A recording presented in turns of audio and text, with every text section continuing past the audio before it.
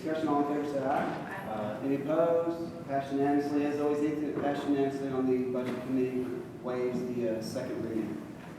Recognition of the public, like always, we'll come back to anybody that needs to. Make a motion for approval of the minutes. Thank you, sir. Any discussion? All in favor, say aye. Any opposed? Passed unanimously. Thank you. December meeting, we are going to be doing that one on the 6th. I think everybody knows it's because it's an odd, the holiday month and everything else. We'll get that out. Is there anything else? No, that's it. All right, and just my report real quick to catch y'all up on a couple things. We submitted our plan to TDEC for the ARP money, our 10 million in the water, or the state putting together 36 million. Got a letter back from them, very complimentary, and said again, Ms. Simo, who's the chair, the chief staff for TDEC, told us that ours was going to be the role model for the entire state. They were going to kind of hold that up as an example of how you get people to work together, early consensus for regional plans. They were really excited about it. And again, when we talked, they reiterated that when the second round of money comes around, we can focus on specific water lines. That's when she said literally the second go around, that'll be $700 million the first year. They're keeping aside $300 million for the second year. The second year is going to be more focused on water lines themselves. I told her we would have plenty of plans in place for her. Then she said that they would really be willing to help us again on everything like that. Other thing I'm going to bring up is at a certain point we've got a few things. The accounting firm is just about in place, so we're going to move forward on some of the other AARP functions, and as that comes up, we're going to add those more than likely to the December meeting. So with it being, we've got to run a few things by them just to make sure we're good on that. That is all I have for right now, Mr. County Mayor. Nothing else. All right. Mr. Chairman, thank you. Dave? The first is just to give you an update on the American Recovery Plan, the ARPA. We have the consultant under contract and we have the PO. The consultant chosen was iParametrics, a lot of experience. So we're ready to do a kickoff. We did it internally, or we can do it with the committee, however the budget or county mayor decides. But they're ready to vet the projects and start moving forward. And there we are. And the next is the revenue analysis, looking at it.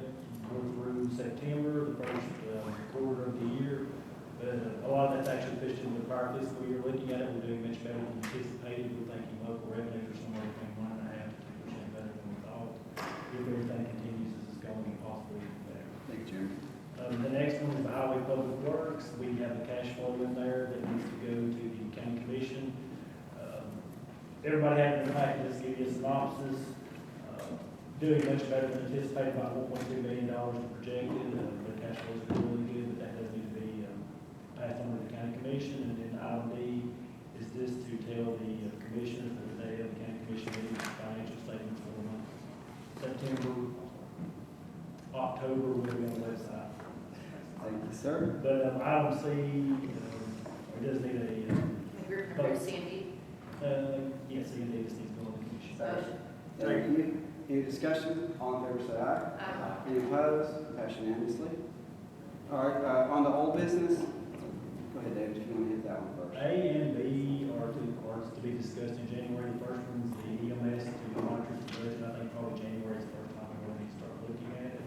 And we're also going to go through with the consultants to determine which one of the COVID-19 aids will qualify with justification. Some of them will require justification to determine which one will be. The next one's the uncollected on the reappraisal, discussing with Ms. Bennett. I believe that probably needs to be discussed in January, February. It's not really Nothing to be things to do at this point, the legislature is reminding us of. And the next one's the city of Hendersonville correspondence, and I think Mayor Claire is here. Just Jamie, or Mayor Claire, if you would like to come up, if you want to speak on one or two things that involve county and the city, and Mr. Bagger, is that what you were wanting? Okay. Which one first? Whichever you want to, sir, it's your time. Okay, so I think you've got, and we've talked in the past about library funding, and I know that you've met and you've talked to some of the people on the library board. We're on Wednesday. Okay, super. So, City of Hendersonville, for a while, we've been getting phone calls, we get emails, running people Kroger, about the library being closed on Friday. And so what City of Hendersonville did in this current budget year, which we set the budget back in May and June, was we provided $19,000, a little over $19,000 that would cover half the cost of keeping the library open for the full fiscal year. Obviously, we started that fiscal year, so that full $19,000. That $19,000 wouldn't necessarily be needed. But our board was very clear that they wanted the county to contribute half of that cost. That's why our board only put up half of what it would cost to keep the library open on Fridays. So our board wanted the county to provide the other half. Obviously, we work together in many ways for the libraries, and I felt like that was only the right thing to do, and offer that halfway to keep Fridays open. We've got that money sitting there waiting, and we hope that the county commission would provide that. Again, we're not talking about $19,000 from the county at this point. We're probably talking more like 10 or 12. And the folks at the library are very eager and very willing to do it. And I think you all will find that if you have a district that includes people that go to the Hendersonville Library, they'll be very eager to have it open on Fridays. The biggest problem we have there, and the reason we pick Fridays, is that if a kid has a project gets a project on a Friday afternoon, the library's open for 4 hours between Friday afternoon and Tuesday.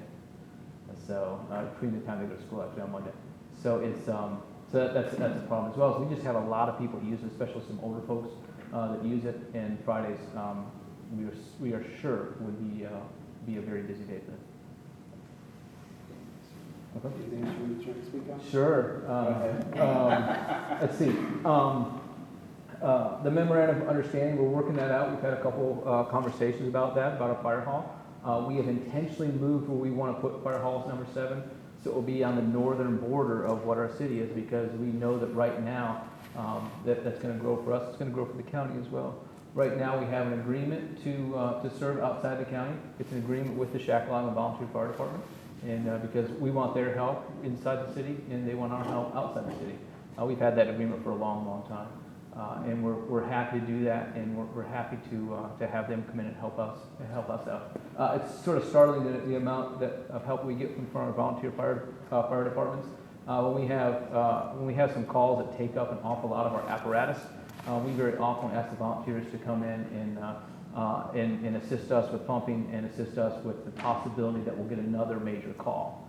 So we take advantage of them very, very often, and we're happy to help out outside the county.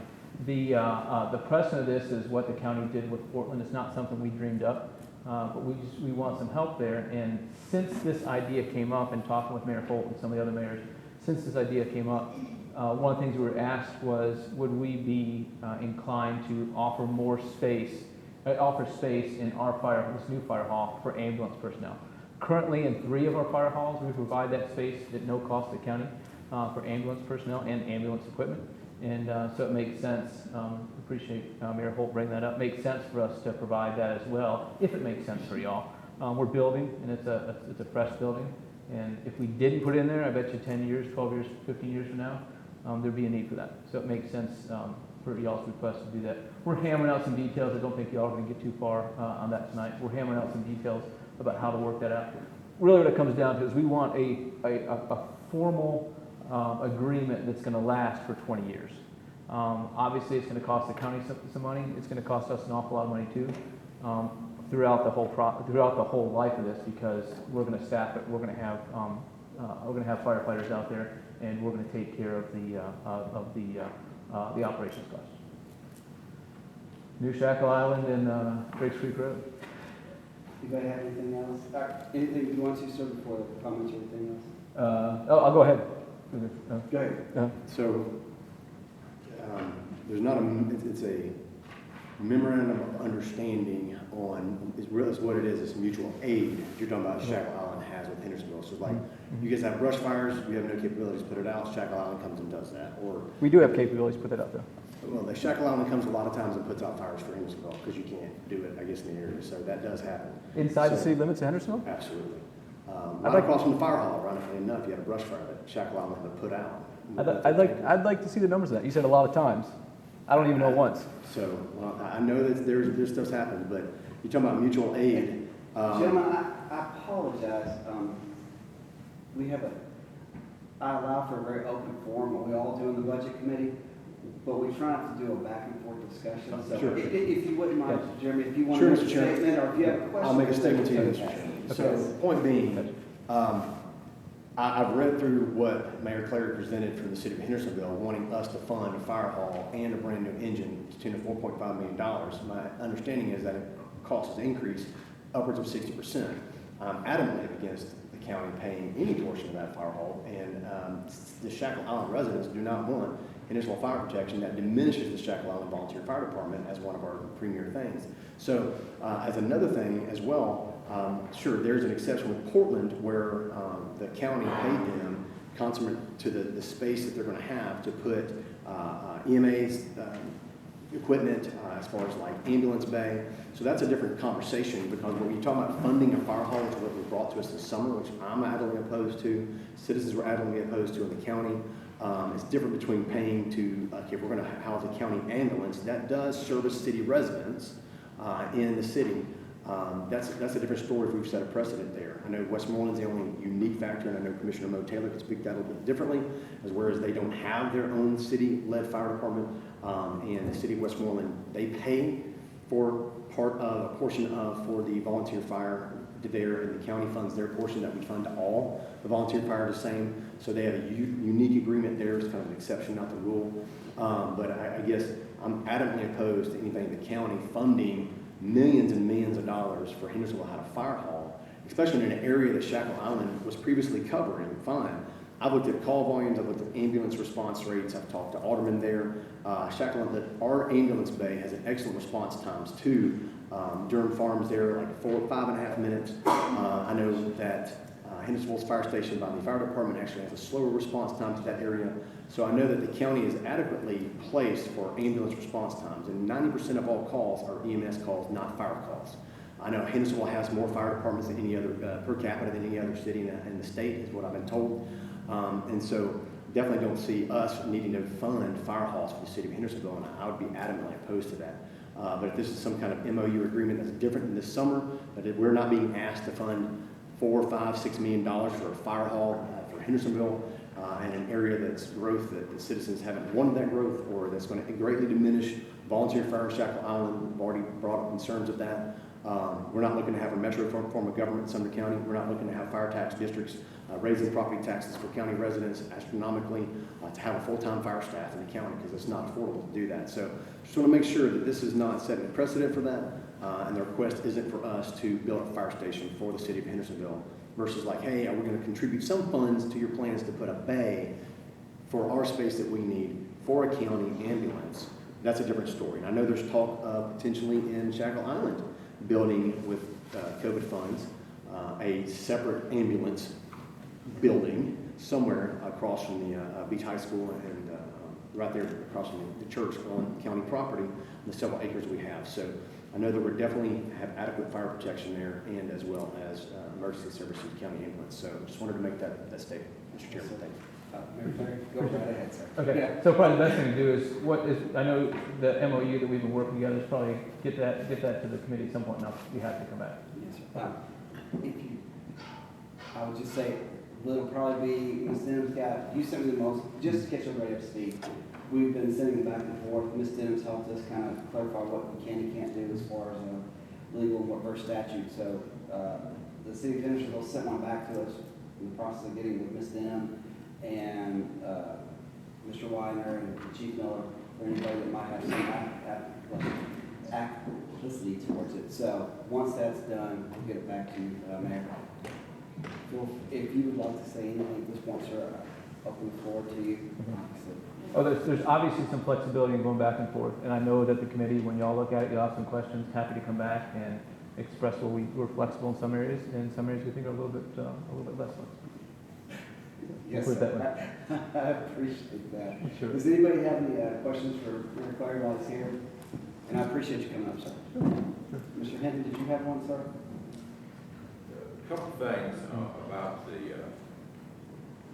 library. I personally think that the quick, easiest fix would be close on Monday and open Friday. But that's just make that call. Second thing I want to tell you is that you can, if the body chooses, you can fund this if you write a document to go with it and submit it to the State Library and Archives that this is a trial. We you want to try this, being open on Friday for, if it's a one-year trial, you can get by with that and not get caught in the maintenance of effort. So you can avoid the maintenance of effort. Probably the best you can do is get a year out of it. You might talk them into letting you have an extra year, but I think if you want to try this on an experimental basis, you can get by with that and not get caught in the maintenance of effort. Both the city and the county, but I would suggest independently you contact the State Library and Archives and tell them what the plan is in writing, that this is an experimental process. Check for your turnout and all that kind of stuff. We'd be absolutely in favor of at least trying it. So appreciate that idea. I didn't think you guys said that. Okay. Has anybody else got anything? Anybody? It's your opportunity. Thank you very much, sir. You want to hit New Shackle and Drake's Creek? Anthony, do you want to? Sir, you are here and you have an opportunity to speak as much as you want. Actually, go ahead. So, what was that? I'll pitch in. Yeah, I'm gonna We've got the history. Yeah. We, the county had gone through the NPO and asked for funding, which is match federal funding for signalization at Drake's Creek and New Shackle Island. Now, forget, Jamie, the name of the highway. New Shackle Island is the same highway. 257? The letters, but it is. And so on state highways, the light has to be warranted. So that's a process in and of itself. It takes about 2 years after the traffic study. So eventually the light was warranted. And the state, actually the federal government, matched a grant because at the time, the cost was estimated fairly low. And so we received about $500,000 through the NPO for that.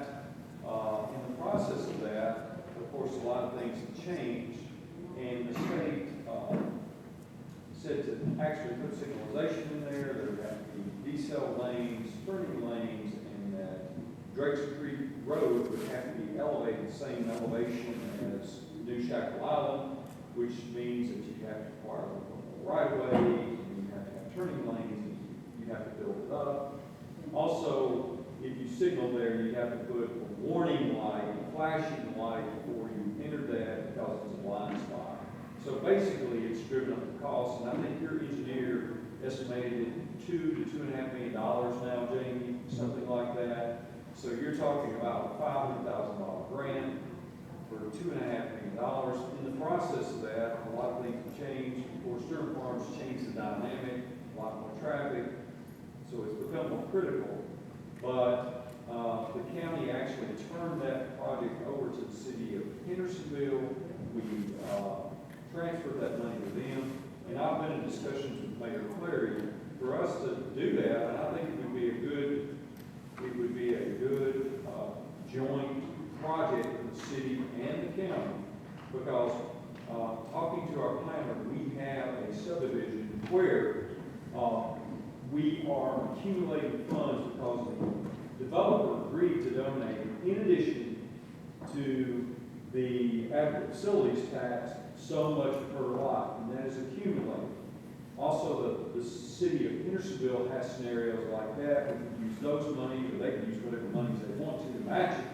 The problem is, we're going to have to rework this thing, and we had a long discussion, Mayor Clary and I, we agreed, we're going to have to rework this thing through the NPO, because the cost has escalated so much that for us to match it now, I mean, you're talking about $500,000 available, and then us coming up with 1.5 or even $2 million, which is just really not feasible right now with everything we've got going on, the city's got going on. So what we're going to do, we're going to continue to work on that to try to get that down to at least an 80-20 split, maybe a 90-20 split. We'll put federal and state monies in that. Of course, the federal government just passed this infrastructure bill, so I think there's going to be some money available. And so we're going to continue to work that. We will have to match, but I think if we had to match a 10%, Mayor Clary, the city come up with 5, we come up with 5, that fits within the box, and you wouldn't even really have to come out of the general fund. So those are the discussions we're having.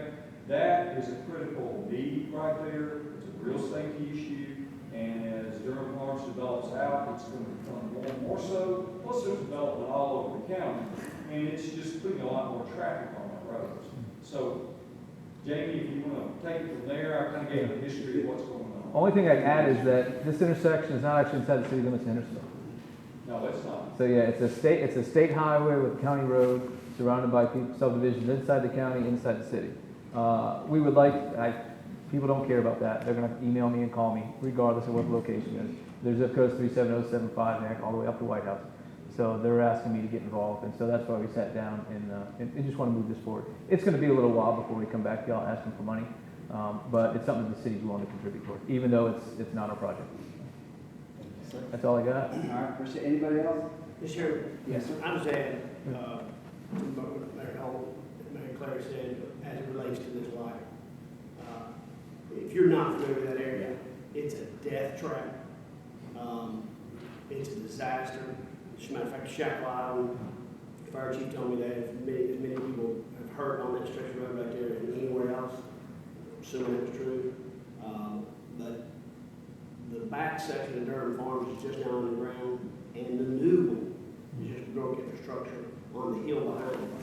So it's a critical location. Mr. Good is exactly right. We've already had an ambulance that has been hit there.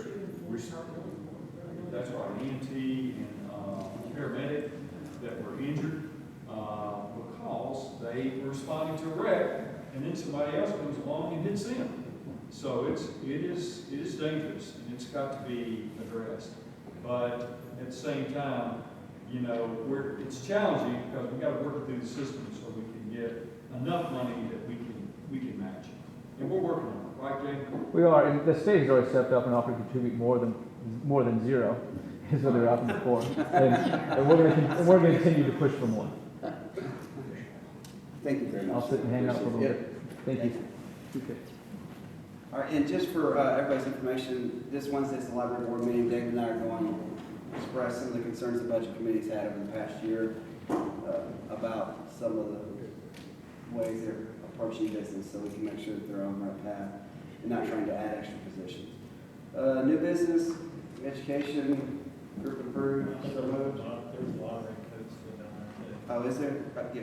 So, That's the ones where we have the location codes, but those location codes are information, they're not actually legal codes. If you look in the statute, the county commission has control of funds and additional appropriations and major categories.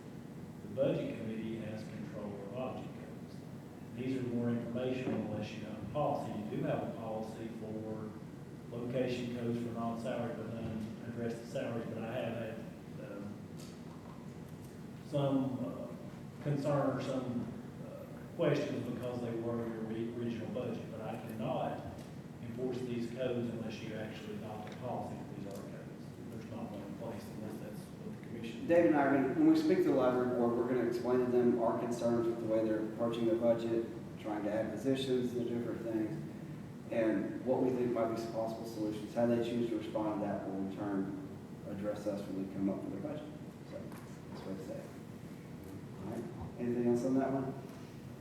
Are you looking for action on that? Well, that's the one they voted on last month and didn't have any votes. But just to be clear, if they hire a employee that says Hendersonville and they want to use them in Gallatin, I have no authority, and I've talked to Lee too, she has the same opinion I do, I have no legal authority to object. The only way I do is if the commission adopts a policy, there's not one in place. So it's more for just information, there's nothing I can really do at this point. We're hoping to get an appropriate response from the library board after the meeting. I mean, if not, then we can look at the policies. Mr. Chairman, when you meet with them? Yes, sir. Somebody had one speak. Oh, yes. Oh, Ms. Denham, go And ahead. all this really, Thank you, Mr. the Hank. only reason why this really came up is the staff at the smaller libraries are very thin, and one of the libraries actually had to close down because they got COVID, the two or the three that were there. And so all the board was trying to do was allow the library, the executive director, to kind of move people around when they were needed. But because of the way the budget is coded through David's office, it looked like they were taking people from different places, and it wasn't what they were trying to do, they were just trying to fill in gaps. And they no longer have, and the reason we have them separate, they used to have individual libraries, and they were all subject to MOE from the individual library. Now, since they have a system, you no longer really need those codes, since they're optional, I really have no reason to enforce them. Be good meeting. If, let me make one more comment, and then I'll go and watch Bonanza. When you had 5 separate libraries, each library managed their own budget. They dealt with that, but it was under their purview. When they requested to move from one line item to another, they came before this committee and asked for permission to do it.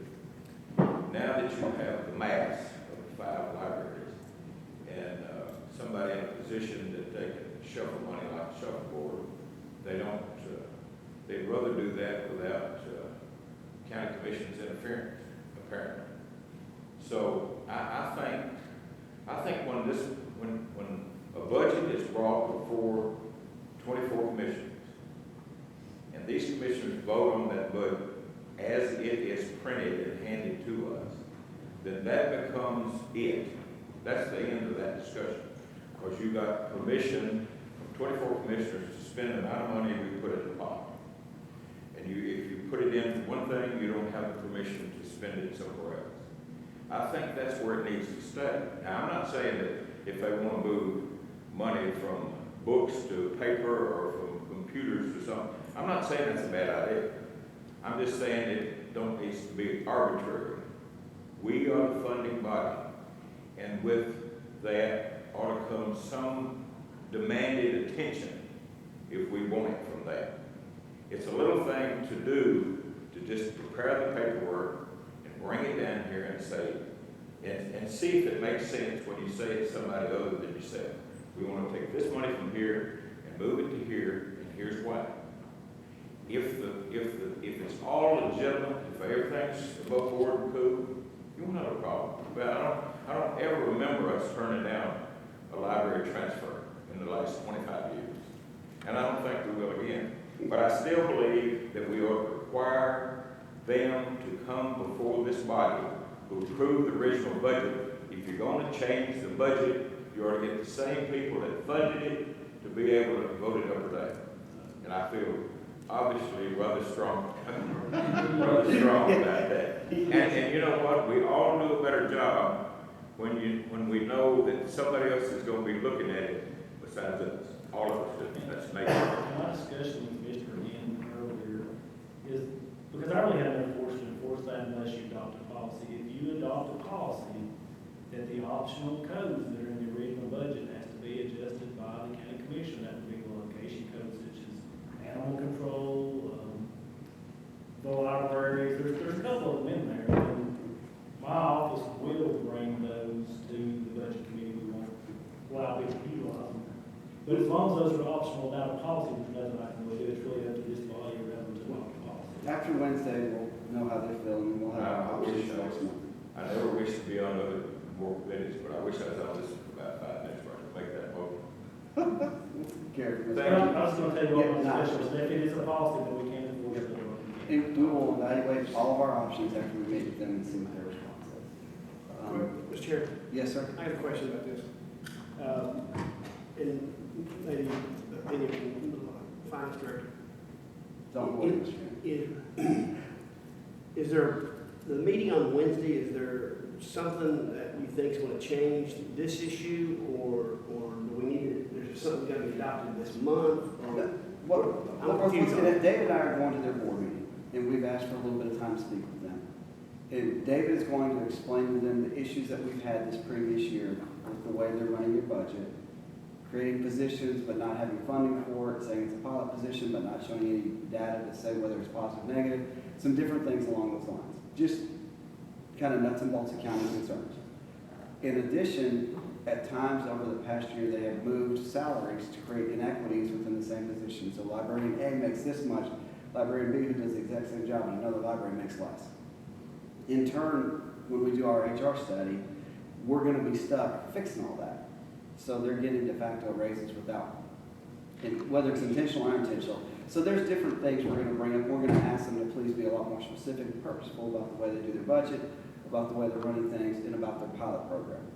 And that we're not creating another $100,000. They had individual libraries, and what was happening is that there's a lot of disparities in the pay, and a couple years ago, there was some movement around that. But those are recent, now they've kind of went to the system with the head librarian, she's, just to be clear, she's not doing that currently. But it's still, we want to make sure. There's some things we want them to clear up for us. It might make I perfect just sense. did but say, let's- I agree with David and Mr. Hinton, I was leaving, see what happens on Wednesday. We would, I still go back to what we like to see is we like to see library open on Friday. Obviously, the operations cost is something different, but it makes sense to solve that at the same time.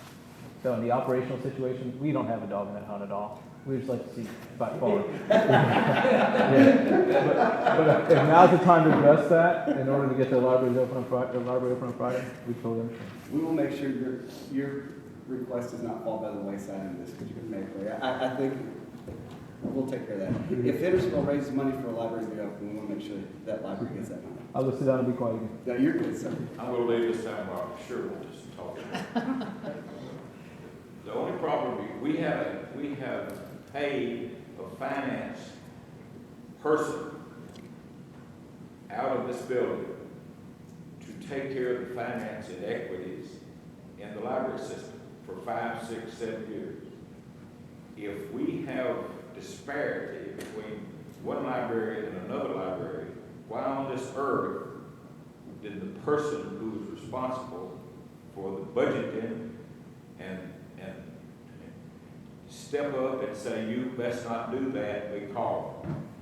Now, you can't exactly blame the librarians for doing what they chose to do at their library, but we have paid somebody to oversee finance for the libraries for years. This condition should have never come into being. That should have been headed off by the person who was drawing money from Sumner County to keep things like that from happening.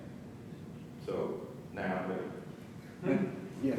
Let me say one thing about consolidated libraries. I get it, but here's the issue. I get it, you've got a budget for each individual library, but our library system's grown to the extent, and I've seen that since I've been here, that you've got one library that's funded totally different from another library, and smaller libraries don't have the available staff, they don't get paid the same, there's an inequity. And I think what the library board is trying to do is to consolidate it so everybody's on the same page and they have cross-utilized resources. So if somebody's out, they can fill in at Westmoreland, they can fill in at Millersville. And we've got enough staff to do that collectively. And any system that has grown like ours has a library system. They don't have individual libraries. So there's got to be a balance. I understand you don't want to turn any entity loose and let them just willy-nilly use money out of one line item, put another line item, and use that and be irresponsible. But at the same time, it would be like running a government like us and us not collectively looking at the budget, just saying that, you know, we have subsections of Sumner County government and it's just very inefficient. And the small libraries struggle because they just don't have the resources to do it. And this happened long before Mr. Hinton was referring to a gentleman that's actually a library manager, and the reason that came to fruition was you had these individual librarians come down here in the budget committee, break them over the coals because they didn't want to fund anything. And so they just, you know, didn't feel like they were treated fairly, and that's why there's a part-time, what they call a library finance director that comes in. But I mean, there's got to be balance. I agree with that, and we've got to come up with something that makes sense as we continue to grow. And I think the library board is trying to struggle with that. So I appreciate our finance director and the budget chairman going down there and trying to get a grasp on what direction they're headed in. But I do think there is there's time to make advances, and I think there's some real cost efficiencies we're going to get. Plus, we're going to be much more effective applying for state and federal grants they hand out left and right to fund our libraries and to increase programs for our children and others in our community. So I just want to mention, thank you, and I know you beat that to death. Something like Mr. Cole, about what he said about learning a system versus individual libraries. And we pulled the benchmarks last year, we updated those, and we looked at those benchmarks. We'll get into that one in one second. Well, we're Why not? relatively We'll more hold that, expensive. let's hold that one. We're relatively more expensive than the comparable system. With that being said, we'll move on to new business. Education, make the motion for that one. Second. Thank you, sir. Any discussion? All in favor, say aye. Aye. Any opposed? Passed unanimously. All right, for BA, which is a carryover, it's just, again, accounting where it's money from last year that we're carrying over this year, so we can use. Same thing with number B, group improve A and B. Second, these are for the, is a Yep. go-through grant and a match with learning budget. Any discussion? All in favor, say aye. Aye. Any opposed? Passed unanimously. Should we discuss item Actually, that's what I was gonna say, this one's for jail dryer replacement. There's 5 dryers they use. The cost is up to question. Regardless of what we do, they're gonna have to bid it out. So they may give us a cost of $1 million, but if it costs $20,000, that's what we're gonna pay is $20,000. So This go ahead. is to reimburse 112 for 2 of them and buy 2 more. The reason we're asking for it is 2 of them actually caught on fire and the rest of them wore out. So now I think it would be a better move for the county commission to replace all the dryers because you've got inmates running them. And my concern is we may have another fire story, these and potentially more. They're worn out. Yeah, They're there's worn a- out and they're fire. The reason we're replacing 5 is because there's a really high likelihood that those other 2 are gonna tear up within the next year and then burn up our throughput in it. So, Be another um, fire. go ahead, Mr. Banks, jump up. Has anybody done a formal failure mode analysis? I'll just say that in talking with them, they're really old. And I would never say that our county is not in compliance with all the federal and state guidelines for prisons. They're really old. Are they? Because I've only been here a few years, and I recall in the last 7 years having discussion about buying dryers for the jail. Oh, we have. No, we've gone through, Yeah, we have. They yeah, don't last very long. They don't last. when you're running 700 people a day in their laundry, they get really worn out, and then on top of that, there may be operator error at times because there are inmates that run it. Best way I can say. They're used to a lot So of- that further enhances my concern. If we haven't done a formal failure analysis, how many people are in that jail? Probably 700 on a good day. So you know what one of the top 5 causes of house fires in the United States are? Sir, if you've got, we don't do the back and forth. If you got to stay there, knock it out. Go ahead. Yeah, okay. Well, so have we identified what this is going to cost us? That's the $93,000 Yes. for 5 dryers. 2 have been purchased. They have to be inmate dryers too, they have to be jail-approved dryers. You can't just go put your I know, I understand. Yeah. We'll Commercial bid the other 3. We're bidding. 2 are bought because of the fire. we had. Mr. Chairman, Yes. respectfully, comments over Yeah. that cases. Kevin. Well, here's my point. Because the bid that I see is $37,000 a piece, but we're going to appropriate $93,000. No, that's actually incorrect. That's 2. That 37 is And then we're looking to do 5. 2. 2 all 5 And they're going to be bid. And it's of them. not. If you divide by 2, multiply by 5. Did you have anything else, sir? No, Thank you. it's, All right, any discussion? Whereas All in favor, say aye. Any opposed? Passed unanimously. Thank you. Next one is medical reimbursement. Obviously, we know what that's, and then the DUIs pass through, so group and crew. Second. Thank you, sir. Any discussion? All in favor, say aye. Any Aye. opposed? Passed unanimously. Thank you. Next one is an IT contract for a dedicated network connection between the county administration and ECC buildings. As you know, Dennis has taken over doing the IT for ECC. a little less than what we would have hoped it would have been when he inherited it. He is working to make sure that we're safeguarded and that we've got everything else. This is something that's part of that process. Obviously, we included in the bid, so moved. So, Any discussion? All in favor say aye. Aye. Any opposed? Passed unanimously. Thank you. Hendersonville Health Department? Sorry, Hal. Go ahead, sir. Apologize, it's a minute to get to you. I come with good news. The state has approached me with the offer of paying for the building. The county would find us a piece of property. Go ahead in more detail, sir, because that's Um, it's exciting. All right, 2.6 million was the number I was given, and of course, that's not set in stone yet. This is, what we call the federal money coming down to the state Department of Health. We're just in the, from what I understand, the parameters are not sure here yet for the state, and I'm sure, David, you can tell me that for sure, of what the money can go to. The APC, County Mayor, Mike, you want? or, Yeah. yeah, and then Mayor Hope. It's good news. I wanted Hal to come here and let you know. That's fantastic news. That's always been an obstacle. Here's been the problem. The current Hendersonville Health Department is located on the property that School Board owns, Merrill High Magnet School. It's next to Hendersonville Hospital. The facility is in a very bad state of repair. We say, why didn't you repair it? We have made repairs. The problem is termites have pretty much eaten up the building, and it is very antiquated. It's the very smallest health department we have in the largest populated city. Makes no sense. So it's just a matter of time before we have to close that. So that's always been somewhat of a concern to the county commission. They didn't feel like that was something they wanted to fund.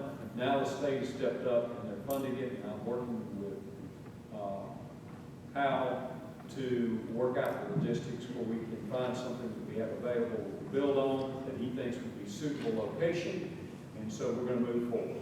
And if you've got any questions for Hal, feel free to ask him, but I think the 2.6, there may be even, depending on what the construction cost is, because we don't know, things are so out of kilter now, we may have the availability of some more money, so we're just going to continue to work on that and kind of design something so we can bring it forward and show you as we continue with our plans. Is that kind of a synopsis? That's it. They've come back to me since, and you're not aware of this, but the basement in Gallatin, and we've got a full basement, everything up top matches the basement. They've come back and with the idea of finishing off part of that basement and making it Mid-Cumberland Regional Operations Center. 90% of the people that go to Hart Lane live in Sumner County, and they said, why do we have to drive all the way down there to work? We're going to have to open the rock when they live in Hendersonville, Gallatin, Tralto County. And they've come to me and said, what do you think about finishing off the basement and making that operational meeting rooms and or satellite radio communications? I said, did not think there would be a problem whatsoever, especially if they're going to pay the check. So. And I think the reason the state's looking at us, we're one of the high growth counties in the state of Tennessee, and we're going to continue to grow. They know the projections, and so they want to address this before it becomes a problem. Because a lot of counties are fortunate enough to have 3 health departments, and if we can pull this off, and the state funds this, we're going to have 3 new health departments that will be here to serve our citizens, because, as you well know, with this pandemic, public health is becoming more important. Yes, Mr. Chairman, for Mr. Hendricks, that it is state funded, the 2.6 million, as you said, County Mayor, if there is an overage with construction costs, because we don't really have an idea of what construction costs are gonna be next week or what have you, will it be still state funded over if there's an overage? Yes, sir, because we want, what my plans are, I'm going to work with Hal, we're going to identify the right piece of property that works for what he considers that would service that area. And then we're going to go out, we're going to design the building, and we're going to bid it out. And before we award that bid, We're gonna go to the state, if it's $2.8 million, we're gonna say, well, you said you're gonna pay for it, it's $2.8 million, that's construction cost, or $3 million, or 2.4, whatever it is, because we do not have to do that. We don't have to build a building. So there'll be safeguards, because that's the only way I want to do it. I'm not interested in construction management, I'm not interested in having, I want to have a bid process where we lock it into place, it's lock and key, we know we're going to go forward. And so I think once we do that, we're safe, and the state's either going to fund it or not fund it, right out. Yeah, that 2.6 is a Yeah. ballpark. They needed to, They have to allocate. come up with the numbers. yeah. So that's not. Where to allocate what. And that's how it'll be presented to the county commission. Thank you. And how, we always use this opportunity, the last 2 years have been incredible, so thank you for everything you and your staff have done. And I'm excited at the thought that, you know, it'd been nice if you'd had this beforehand, but, but at least we'll have it in case something. Ready for the next one. So thank you for coming, sir, I appreciate it. Thank you. All right, election commission. This is one, we've talked to our accountants, and we're working through it. The ARP money is gonna be available for new voting machines that might have come up once or twice over the past couple of years before. And the neat part is, there's legislation that's finally gonna come about that held off for it. It's gonna involve the printer paper on the side so that it's touchless and everything else. When that legislation actually starts to kind of move forward, that would be the trigger for us to be able to use ARP money for the better election machines that have that on it. So that's kind of where we're right now. It's just, we're trying to get it done right at the same time that they announce, so that way Lori can be the first in line, so we can have them hopefully maybe for May this year. So we'll see. But she's been extremely patient and always appreciative. If anybody has any questions, she hung around for that. So sorry, Lori. No, I want to ask you a really good question, but Yeah, I know. I know we've heard about feel it and we're well prepared. So. But anyway, so we're excited about that. That's one, and we factor that into that 37 million, so we're good on that. And one more way where the county is saving money, but kind of being a step ahead of the rest of the state. So really excited because of our election commission. We'll do the ranking on business. Okay, next one. We need a vote for that. No, let's put it on. Oh, perfect, even better. All right, transfers. All right, motion for appraisals. All right, thank you. Right, thanks everybody, appreciate it. Sorry it was a little long, late. Thanks so much for being here.